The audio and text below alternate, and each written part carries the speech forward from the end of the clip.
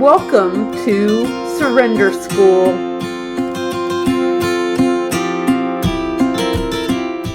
This is the 2023 homework group.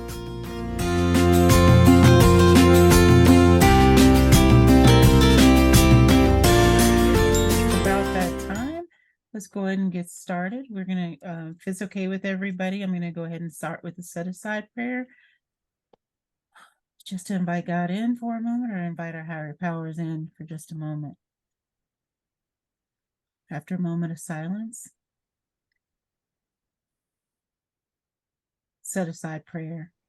God, please set aside everything I think I know about myself, my emotional sobriety, the 12 steps, and you, for an open mind and a new experience of myself, my emotional sobriety, the 12 steps, and especially you. Today we will be covering pages 20 through 24. We're also going to be covering a little bit of how it works. That was part of the homework assignment. So it is on the screen here. And if you've forgotten how to get to it, the link is here. It's also, I sent it to the people that were in the WhatsApp group, and I'm happy to put that also in the chat before we get off the line here. Or if anybody has it and want to put it in the chat, you're more than welcome to do so for anybody who wants to follow along. All right, let's get started. So we're starting with step 3 today. Made a decision to turn our will and our lives over to the care of God as we understood him. And Lori starts out talking about step 3 is discussed in page 60 to 63, the bottom of both pages. But he also wanted to point out the part about how it works, because it is a springboard, so to speak, for getting over to step 3 and turning your will and your life over. And we'll go in, what he talks about goes into your will and your life. There's 2 different sections of that. But the first part is talking about rigorous honesty. And that's on page 58 of our AA's big book. It stresses in the how it works section. And how it works, we read every meeting that we go to, or at least almost every meeting that I go to, we read how it works. So I'm going to go to the next screen, and I'm going to look for volunteers of anybody who would like to read. You don't have to raise your electronic hand. You can just unmute yourself if you can. And would someone please read how it works? You don't have to read the original link and the question down there, but would somebody be willing to read how it works? Yes, I'll read. It's Marianne. Thank you, Marianne. Please go ahead. Okay, yes. Chapter 5, How It Works. Okay, rarely have we seen a person fail who has thoroughly followed our path. Those who do not recover are people who cannot or will not completely give themselves to this simple program. Usually men and women who are constitutionally incapable of being honest with themselves. They're such unfortunates. They're not at fault. They seem to have been born that way. They are naturally incapable of grasping and developing a manner of living which demands rigorous honesty. Their chances are less than average. There are those, too, who suffer from grave emotional and mental disorders, but many of them do recover if they have the capacity to be honest. Our stories disclose in a general way what we used to be like, what happened, and what we are like now. If you have decided you want what we have and are willing to go to any lengths to get it, then you are ready to take certain steps. At some of these we balked. We thought we could find an easier, softer way, but we could not. With all the earnestness at our command, we beg of you to be fearless and thorough from the very start. Some of us have tried to hold on to our old ideas, and the result was nil until we let go absolutely. Remember that we deal with alcohol, cunning, baffling, powerful. Without help, it is too much for us. But there is one who has all power. That one is God. May you find him now. Half measures availed us nothing. We stood at the turning point. We asked his protection and care with complete abandon. Here are the steps we took, which are suggested as a program of recovery. Thank you, Marianne. I appreciate that. In the how it works section, it talks about the rigorous honesties. They are naturally incapable of grasping and developing a manner of living which demands rigorous honesty. And I am one of those people that is cash register honest. If you drop money on the floor, I'm going to give it back to you. If you need something, or if you're in need, whatever, I'm going to be right there for you. But if you left me in a room with a particular type of food in particular, I can tell you that I would tell you somebody came in here and stole your food and ate it. I have no integrity around my alcoholic foods. I just don't. And I really did think I was one of those people who were didn't have the ability to be honest. I was constitutionally incapable of being honest. But if you've had one day without eating addictively or hurting yourself with food, that doesn't register anymore, because you do have the capacity to be honest with yourself and with others. So yeah, that was pretty powerful to me. One of the things that when I was doing my research and that I looked at was the original How It Works.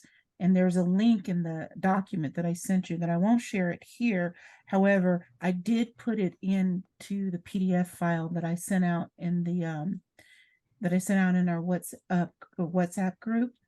And I put it, I think, after this slide, but it's brutal. And if we had to go by some of the stuff that I was reading about in that original How It Works, it would be very, very difficult for me, at least. Because, a lot of these are suggestions, and they didn't have suggestions back then. You either did it or you didn't. They didn't really care.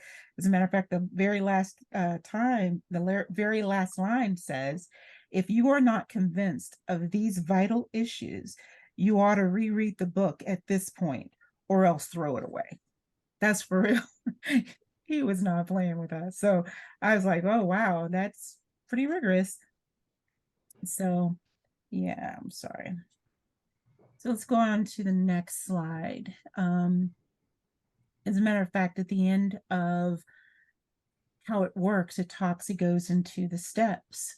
And back in the day, when the first 100 got abstinent or got sober, they only had 6 steps. And I went ahead and pulled those out there to the right of that. They had only 6 steps. And by the way, that's on page 263 of the big book.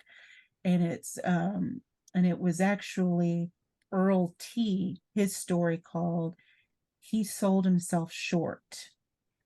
And Dr. Bob was his sponsor back then. And he talked about going through the 6 steps in 3 to 4 hours. Whoa. And here we are taking 12 weeks to go through them or something like that. Some of us take a year and a half to go through them, but they were taking people through the steps pretty quickly because they needed people to be able to sponsor. So yeah, it's kind of huge there. Would someone please volunteer to read 12 steps? Please note that in the yellow are the 12 steps that's adapted by OA and many other AA or A groups. And in the blue are the originals. So would someone please unmute and read the 12 steps? I can do that. Please, thank you. You want me to read in the blue as well? I would need everything except for the pink at the bottom, please. Okay. Thank you. Number 1, we admitted we were powerless over food, that our lives had become unmanageable. Complete deflation. We admitted that we were licked, that we were powerless over alcohol. 2, came to believe that a power greater than ourselves could restore us to sanity. 3, made a decision to turn our will and our lives over to the care of God as we understood him. 4, made a searching and fearless moral inventory of ourselves. Moral inventory. We made a moral inventory of our defects or sins.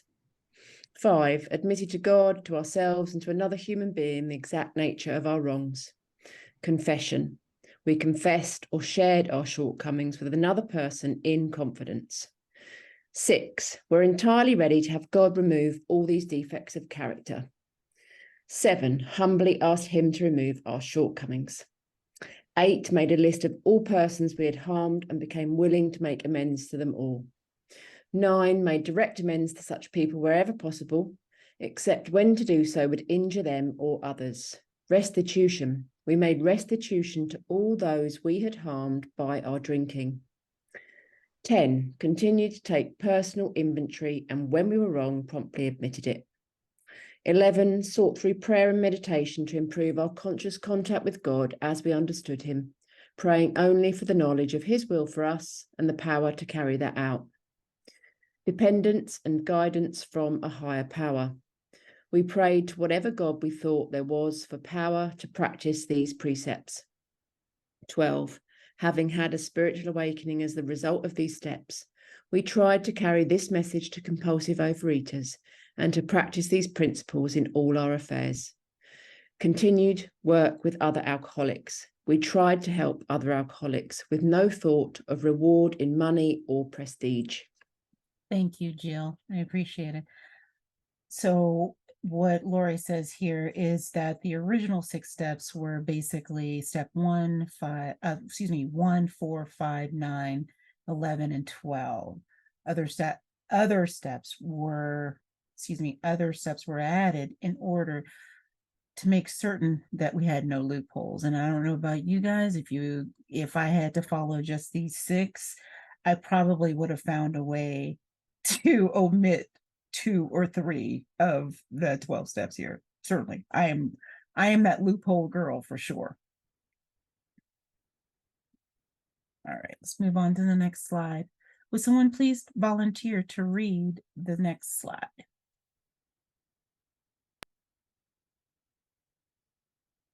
I can read it. Please go ahead. I can. Step 3 is merely a decision to do the rest of the steps. Step 3 is therefore not a huge step that requires lots of time and action. It is simply an acknowledgement of the consequences of the willingness through hope that we developed in step 2. If you are willing to try to find a higher power through the steps, step 2, then you have to make a decision to work the steps. And that really is all step 3 is, a decision. Mm-hmm. And you'll find that he'll go on to give you a couple stories about the decision.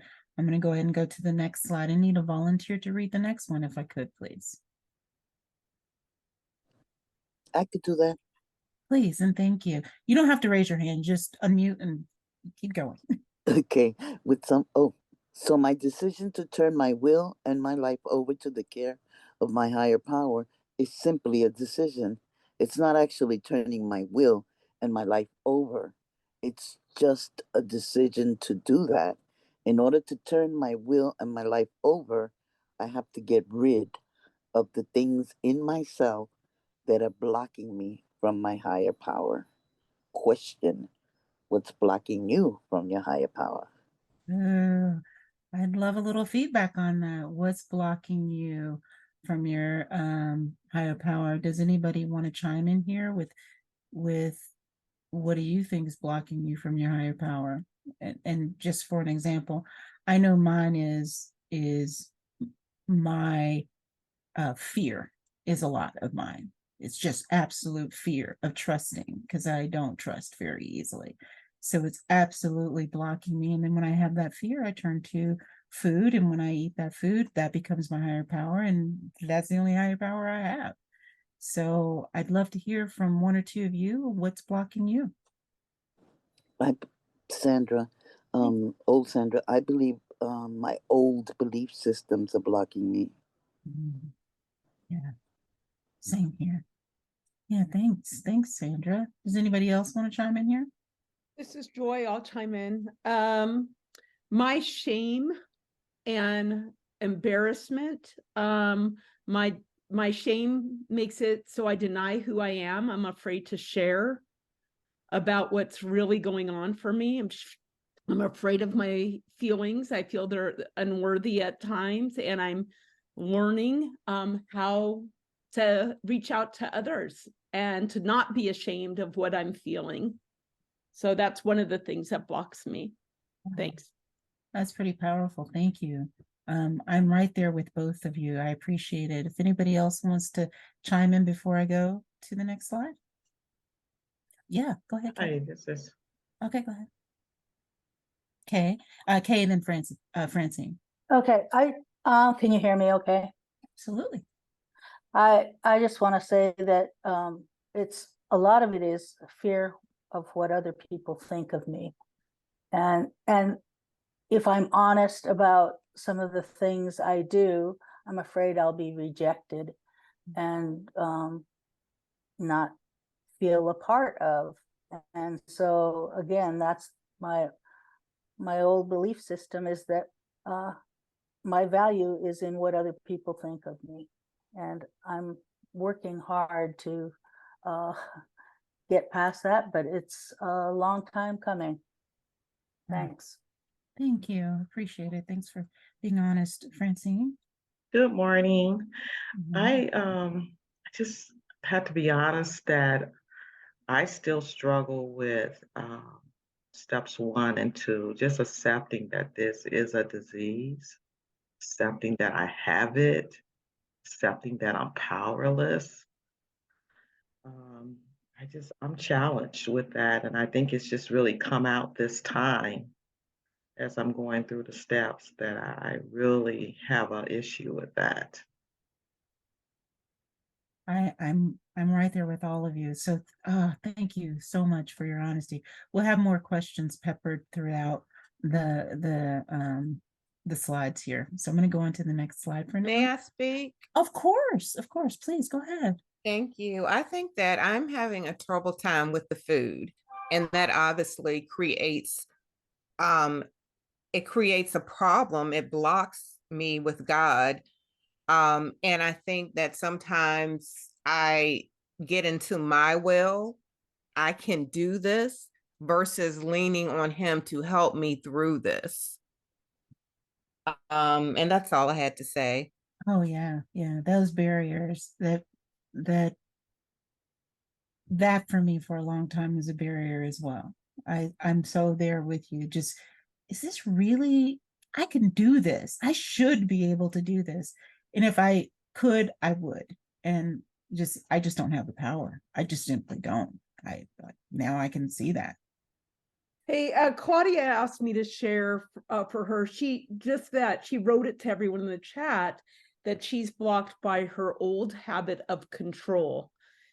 And I'll add to that, just wanting things my way for the truth not to be the truth. I don't want it to be that I can't eat certain foods. So that's my idea, or the way that my body works when I do that. Thanks. Thank you, Joy. Thank you, Claudia. Thank you, everybody, for sharing. Does anybody else want to chime in here with what's going on with you? Awesome. So I'm going to go ahead and go to the next slide. There'll be plenty more times. Okay, discussion proceeding step 3. So now we're looking at pages 60 through 64. Step 3. Why are they there? Would someone please read what Lori wrote there in yellow? I can read. Please, Dolores, go ahead. Thank you. The discussion preceding step 3. So what are the discussion on pages 60 through 64 about step 3? What is there? What is it there? Would someone, okay, sorry about that. I believe there are 2 main purposes of that discussion.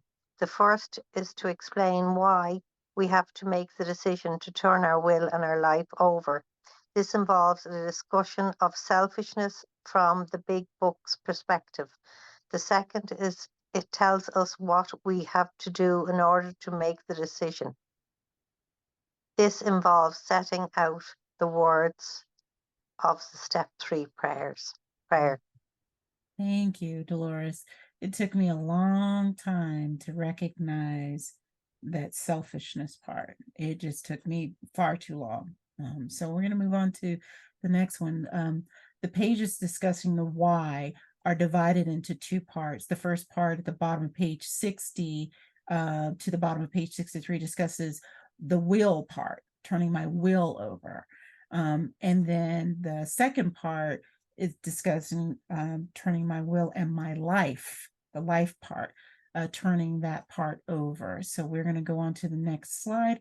And the big book uses a number of words to describe the universal characteristics of self-will, self-propulsion, self-seeking. It all just means selfishness, self-centered, me, thinking about me. These words are all used to describe a person who basically wants life to go his or her way, regardless of what motivates them. Would someone please read from page 60 of AA8's big book, what's highlighted on the right side in yellow? I'll do it. Go ahead, Iris. Being convinced we were at step 3, which is that we decided to turn our will and our life over to God as we understood him.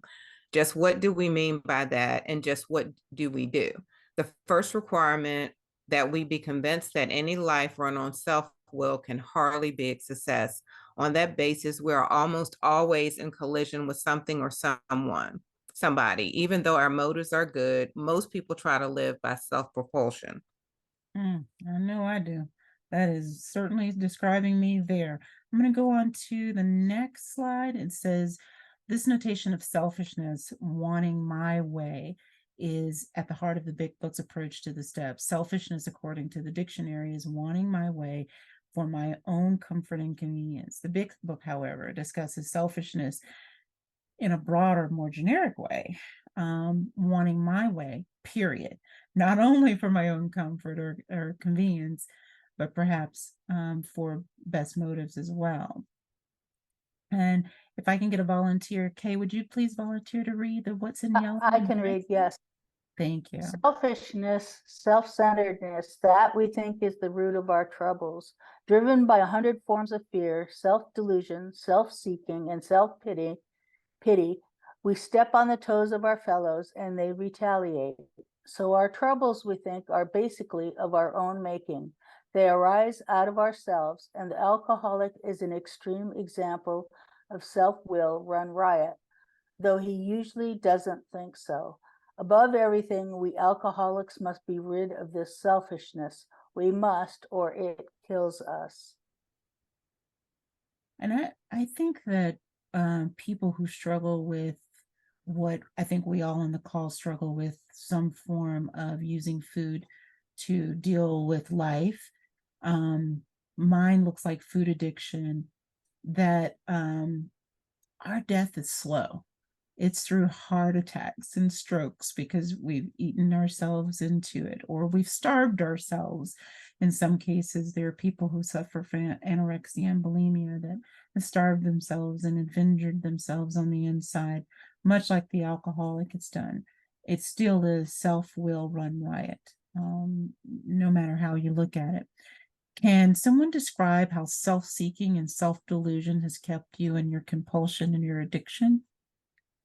Can anybody think of something that's kept them stuck? We talked about before what's keeping you from your higher power, but what's self-seeking behavior? What's self-delusion? And I'll go first in saying that for me, the self-delusion is, I think I look better than I do, and I don't. And it's okay that I'm, at one point in my journey, I was a size 4 and I stayed that 4 to 6 or something in that range. And I was that size for a very long time, very comfortable in that size. And then I started slowly gaining weight as a size 10. And now I'm a size 12 and it was going up. Now I went back up to a size 18. And before I was a size 26.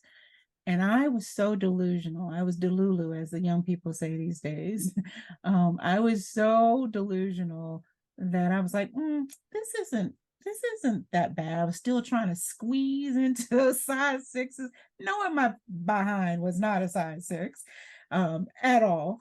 But that self-seek, that delusion. And then, when the clothes didn't fit, it was like, I'm just going to eat. I'm just so disgusted with myself. I can't lose weight. I might as well accept where I am. So that just kept me going back to the food, going back to the food, going back to the food. Can anybody else think of anything? Just unmute and feel free to share. This is Iris again. My story mirrors yours. Besides, I haven't got back down yet. The sizes and everything. And it's, I want to be able to eat, and this is self-seeking. I want to be able to eat what I want to eat and still remain in that 4-6 category. And I guess I've deluded myself because I'm way like 9 sizes up now than what I was. And I know that this is an illness, and I have and this might be getting off the question a little bit, but I'm like, okay, God, I know that you can do anything. You are my higher power. So why won't you heal me from this? Or why won't you just make me so that I can just have a reasonable portion of food? Yeah. A lot of times people, my sponsor told me one time when I said something very similar, she says, oh, Karen, that ship has sailed. There's nothing reasonable about the way that we use food anymore. But man, I would love it if God could just strike me abstinent and strike me thin tomorrow morning. Yeah, Joe and Claudia, you both have your hands raised. Joe, could you go ahead and if you have something that you'd like to share? I was going to say, and I'm not sure if it's true, lack of acceptance about like not always getting your way can be sometimes incredibly confusing. Like God's will not making sense. And I think because of that, it's kept me using food as a way of trying to manage things that, yeah, are definitely not what I would have chosen. We all have those times. Not everyone medicates themselves on it. Anyway, that's, I suppose, emotional pain of like having to deal with life as it is. Oh, yeah, that's good. Thank you, Joe. I appreciate that. Claudia? Yeah, good morning. I think my God was logic, and I always thought that if I could find the right book with the right information, with the right formula, I could solve all my problems. But there is, I guess, as the previous speaker talked about, there's like a love component or a God component. So I still occasionally think I'm smarter than everybody else and my own situation. So that logic gets in the way. Oh, yeah, been there. We're too smart to work this program, and yet for me, I'm too dumb to make it work for me. So yeah, I get it totally. Kim, on iPad Air 2, Kim. Hi, good morning. Good morning. Gosh, I really have a problem with delusion. And this program has been wonderful to opening my eyes to it. A couple of things. I just delusionally believed that life, everybody was supposed to get along, everybody was supposed to be nice to each other. That's just not reality. The other thing is that really helped me. I was self-delusional that this wasn't going to kill me, that this was not going to be a killing disease. And boy, oh boy, that's eye-opening, because it certainly is. It's gonna, my thoughts were, oh no, it'll kill, like, you hear in the meetings, oh, so-and-so died from the disease. Still, my mind told me, oh no, not me, I'm okay. But no, that's not the case. So anyways, thank you. Oh, thank you for sharing, Kim. Marianne? Hi. For me, the self-seeking is, I know that I'm still more in love with being thin than being in love with serving God. It's like, Okay, step 3, turn my will, and like, yeah. Okay, is this gonna keep me thin? Because that's what it comes for me. It's still just this glorifying being thin. And as I was losing the weight and people were saying, "Oh my gosh, you look amazing," da, da, da. A lot of me was like, "Oh yeah," I would say, "Thank God." But part of me was like, "Yeah, thank God." And look, I finally got it. I finally found the secret to being this. Look, I am working even within the rooms of OA and seeing people struggling. I'm like, those poor people, wow, they feel they haven't gotten it. I got it, but no, man, I feel so, again, wanting to be apart, wanting to be separate, wanting to, I got it. I want to arrive. I want yes, glory to God. Yeah, kind of, but really, I still want to take some of the glory. Like for me, it's like, I wonder sometimes, like, if I could just be thin, would I even like be bothered with all of it? I mean, even if I'm thin and I'm a bitch, it's still okay? Would I be okay with that? Maybe. Maybe. And that's I've sad. been thin and a bitch, so no, actually, it's not. It's And that's sad. But that's, I'm like, maybe if I didn't have to, I don't have to go to all these meetings. If I could just be thin, would I just be like, bye? And I'm not sure if that's if I sorry. Bye. no, wonderful. Thank you, Marianne. Does anybody have anything more they want to add to this conversation? Yes, Amy wanted me to share this. She wrote, not letting myself think about the consequences of what I was doing. Oh, good. I'll have to keep the chat up on the screen. I'm so sorry, guys. I've not been very good at listening. Oh, thanks. Thank you, Amy, for sharing that. We appreciate it, Joy. Thanks for reading it. I appreciate it. I'm going to move on to the next slide unless somebody else wants to chime in here. Okay. All right. Promises of the program. Right now we're on page 22 of the Big Book Study Guide.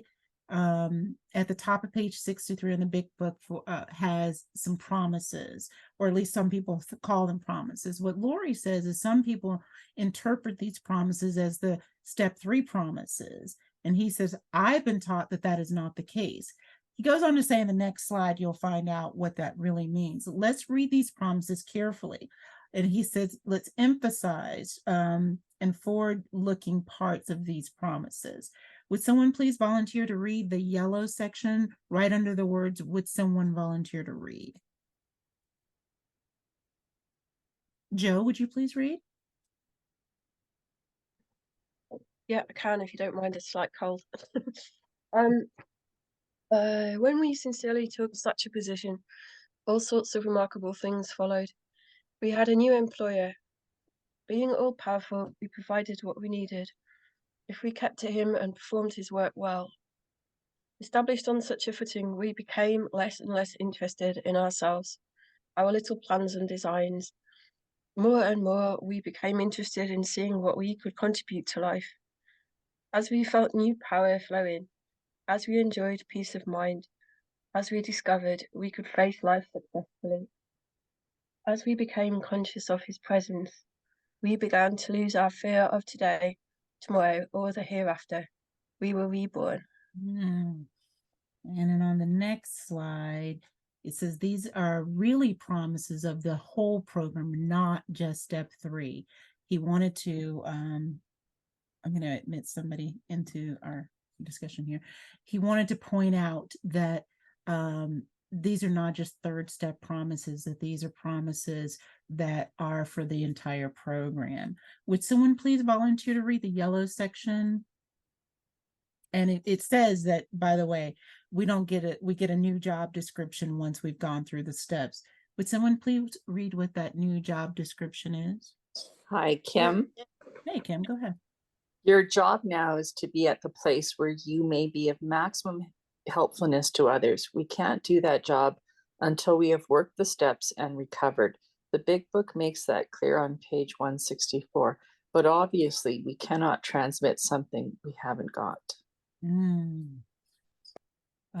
And Lord knows I have tried 4 years to transmit something I don't have, because I've been trying to fake it and it does not work. It's either I'm either going to do it or I'm not. So I'm really dedicating this time to making sure I can get it to work. Taking step 3. So let's say the third step prayer. We don't have to say it together. I don't mind reading them. I'll have somebody read the next slide.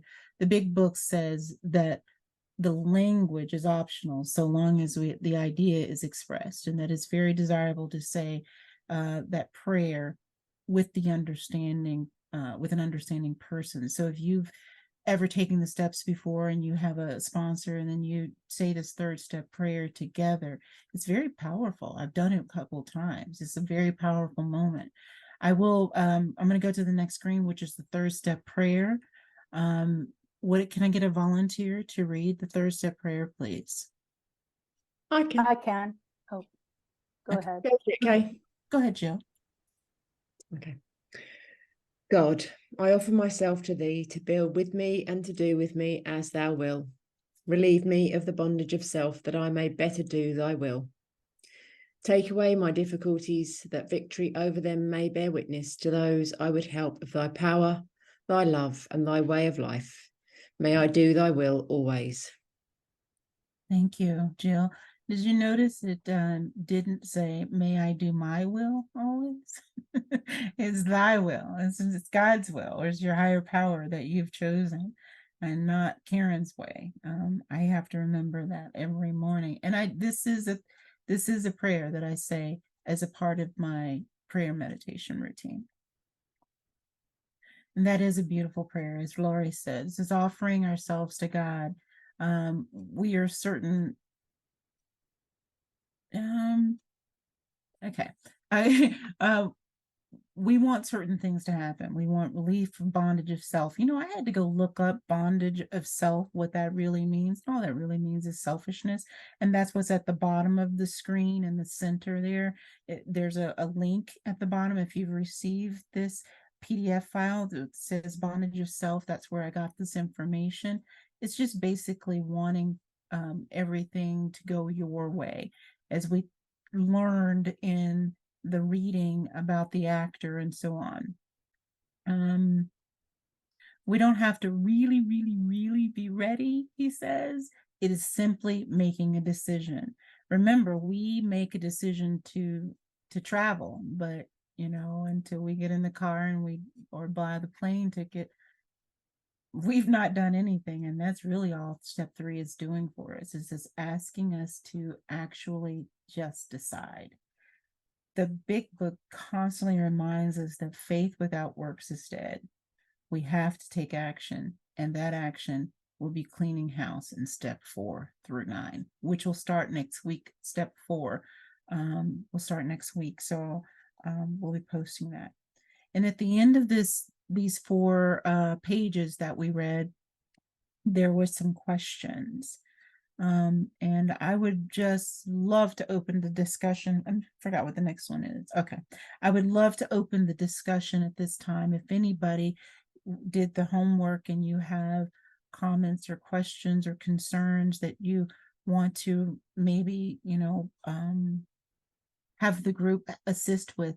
I mean, I don't claim to be the end all know all here. I just am not that person. However, I would love to hear what your stories are around this particular homework assignment that we have.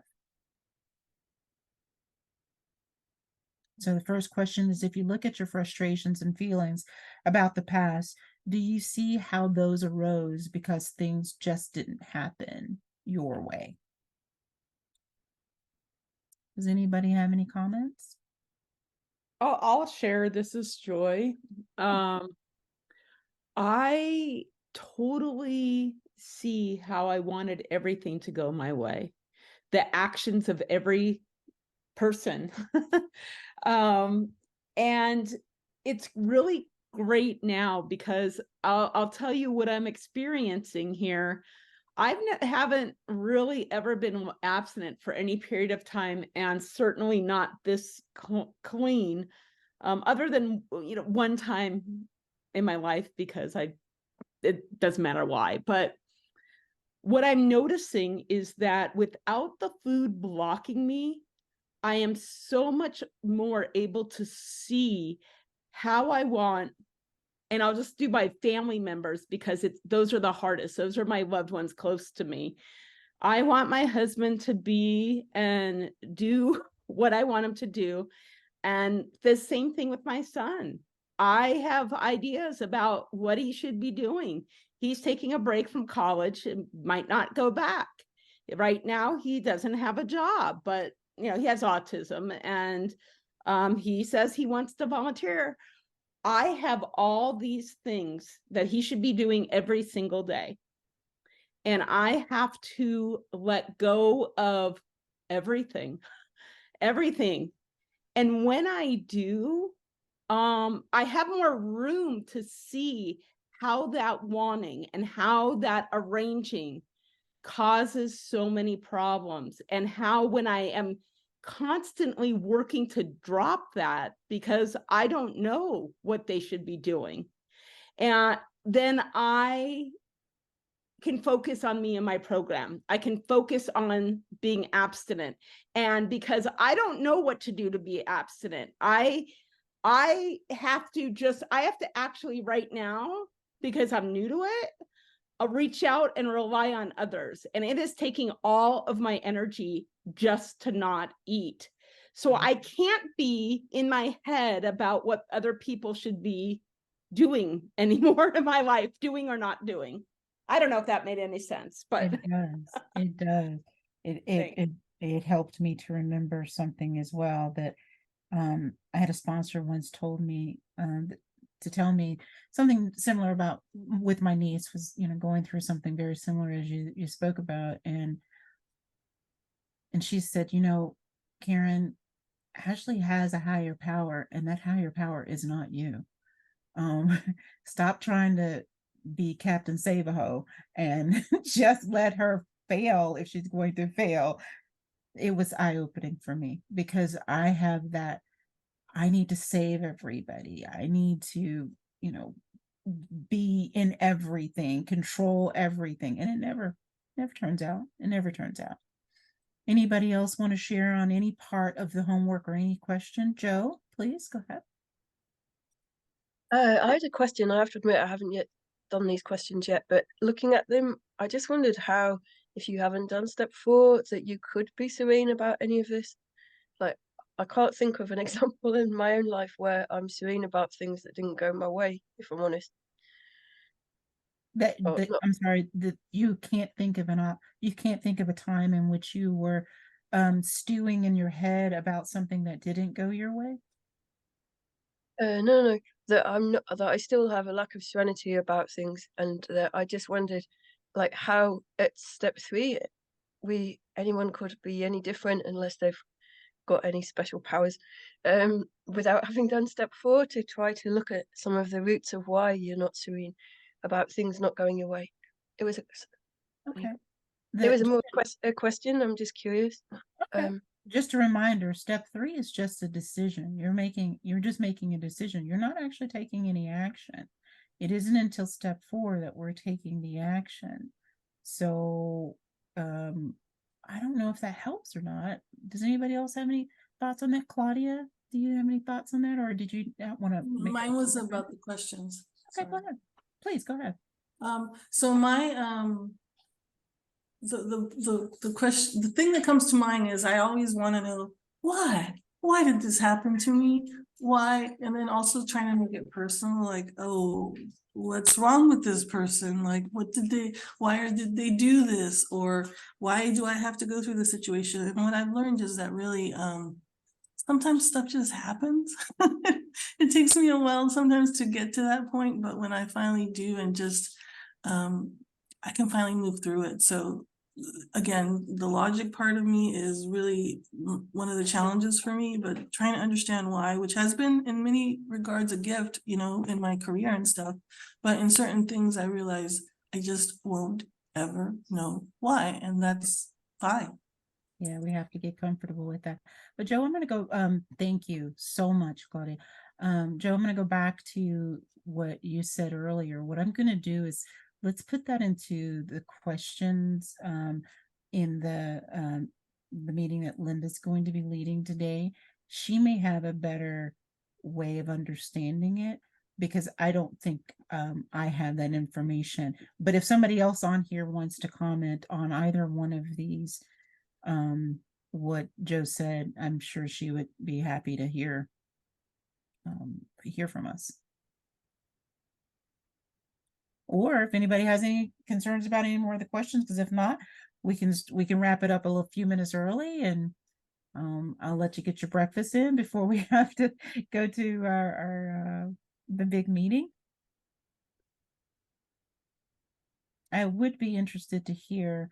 I think I've asked you already. Can you see how wanting things to go your way is blocking you off from your higher power? And that for me was a big yes. In many, many ways. Because I want to eat and I don't want to gain weight. And so food becomes my higher power, because I can't stop when I start, and I can't stay stopped. So yeah. Absolutely. All right, all. That is all I have for today, unless somebody has more comments on anything that we've covered today. Anything you're working on in your homework. I had a comment. One of the things about this process, it puts us in a position of humility. It also lets us for me, for example, I thought I was helping people. I thought that I knew best. And what I was doing was basing it on my experience, not the other person's experience. And I know we haven't got to it yet, but I learned also that even in situations where I was clearly hurt, I had to look and see what my part might have been in the situation and what it taught me about myself, which made me better in terms of giving to other people and being there to do what God wanted me to do. Oh, that's powerful. Thank you. Thank you so much for sharing that. That was amazing. Does anybody else have anything they want to add? All righty. I'm going to go on to the next slide, which is talking about our next assignment. Our next assignment is going to be reading pages 25 through 36. And we have some optional readings as well, how it works, and you can listen to a couple of podcasts. If you haven't had the time to listen to the podcast, take some time. I mean, it's great literature. I have listened to some amazing speakers this week. Well, lots of times, but this week in particular, going up to this, how it works. It was amazing, it really was. And just as a reminder, how you get to the homework guide, the link is up here in the corner, and under the password is here. See you next week.